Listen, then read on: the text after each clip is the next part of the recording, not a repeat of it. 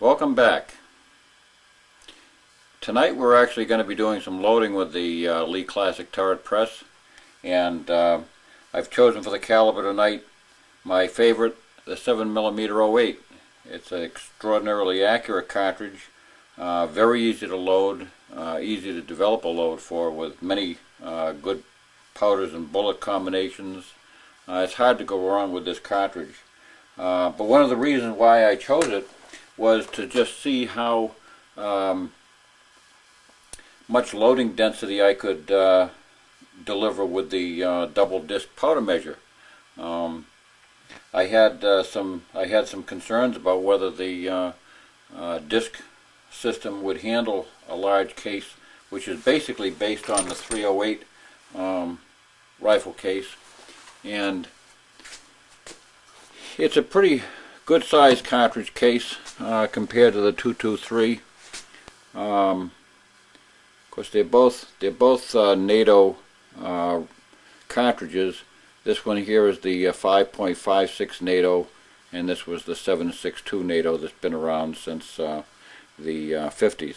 But we're going to do the 7mm 08, and we'll start out just showing the basics. I've already got the powder measure set up with the correct discs installed, and I verified the loading, the powder measurement with the scale. You can trust these discs, but as our beloved president once said, trust but verify. That would be President Ronnie. You're not going to hear that from our current president. Anyway, let's begin that. Now our first step is going to be to lubricate the cases. My favorite lubricant is, and I've tried them all, but my favorite lubricant is the Lee lubricant. It is a wax-based lubricant rather than an oil-based lubricant, and it's non-powder fouling. You don't have to worry about this getting involved with the powder and ruining your charges. But simply take your cases. I like to put them in some sort of a tray, and it doesn't take much. For 20 cases, I would use no more than a couple of very small amounts. I'll just show you how much that is. It's less than a 2-inch ribbon, and just mix them up.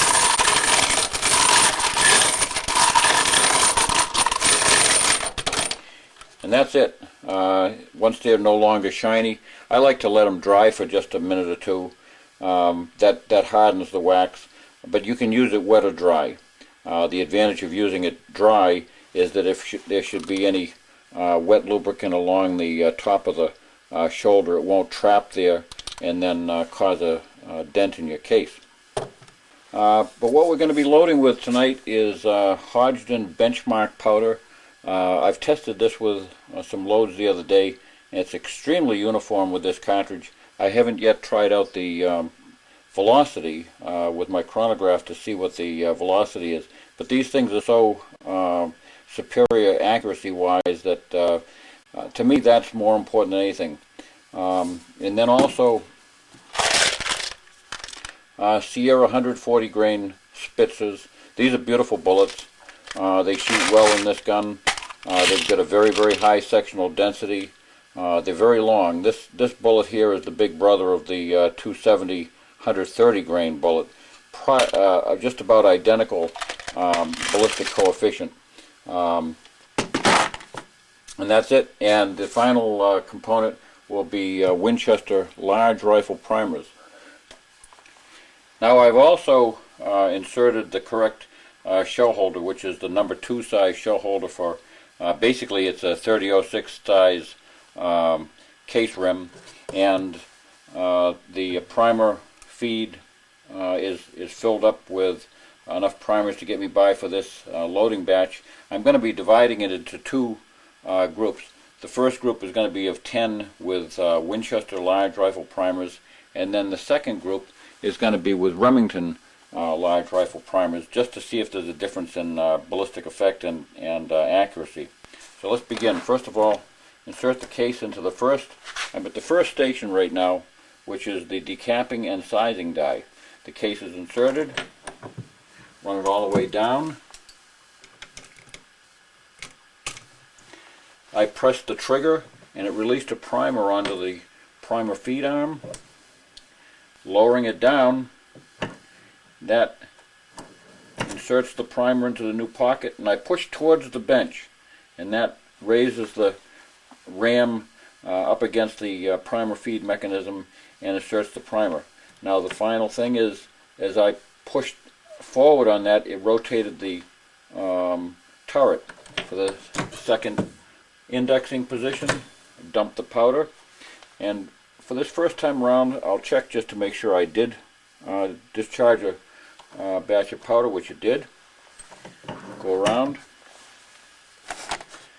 Now I'm not ready, I don't have my bullets in position here, and just simply place a bullet on top of the case, run it up into the bullet seating die, seat,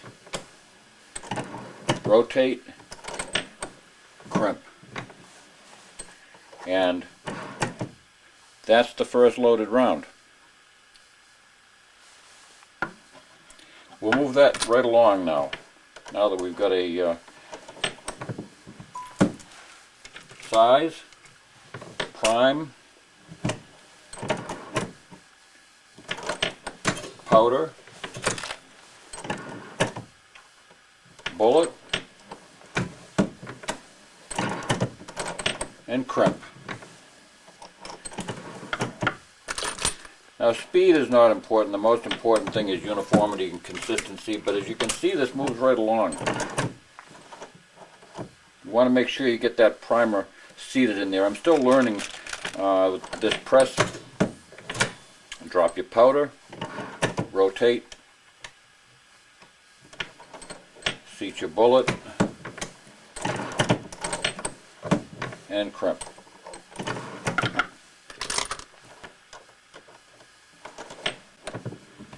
Size, prime,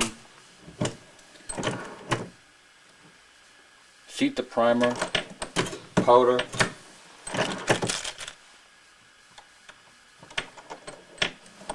bullet, and crimp. And that, by the way, is I feel as if this press has got more than sufficient leverage to handle a large case like this. And this is a medium size case.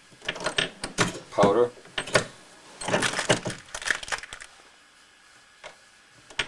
bullet,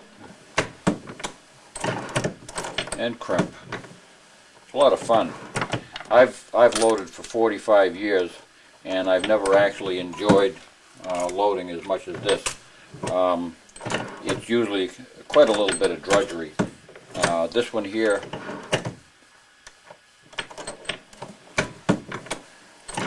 it's kind of entertaining to watch it rotate.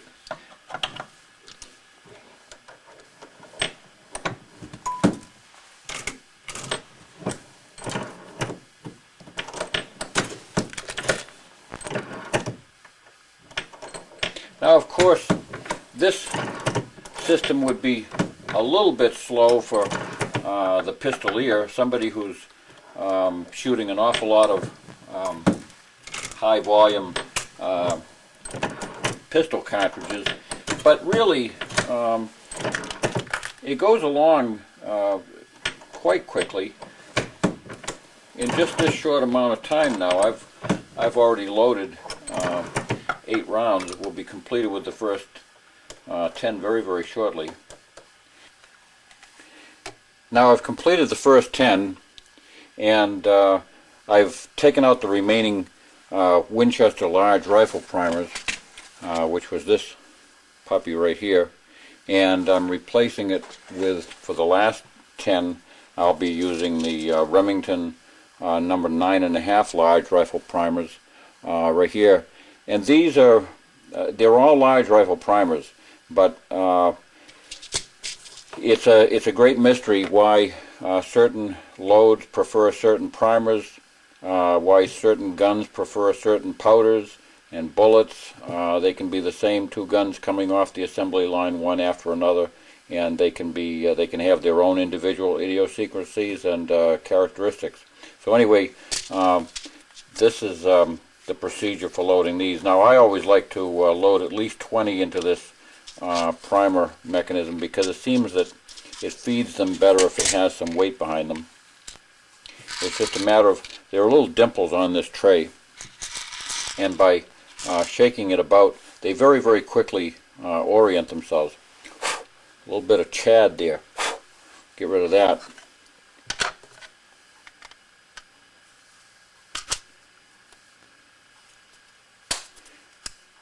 And I can keep the camera oriented. These just spill right into the trough, and there's a trigger mechanism. This thing is genius. I don't know how in the world this was ever thought up, but this little mechanism just simply lays a primer right on top of the primer feed arm. Let's give it a try. So now we've changed over the primers, we're ready to go. We'll move right along now. Just insert the primer, and this is where we'll have to see whether these primers seat as nicely as the others. Actually, they seat a little bit smoother.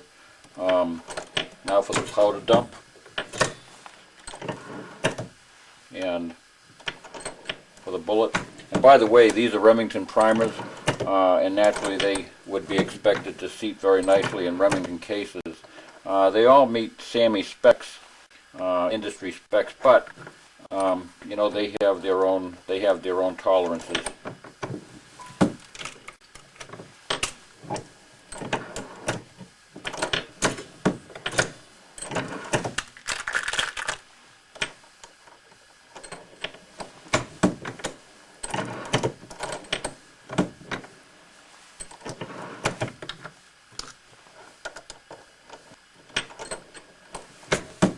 Very slick operation this machine is.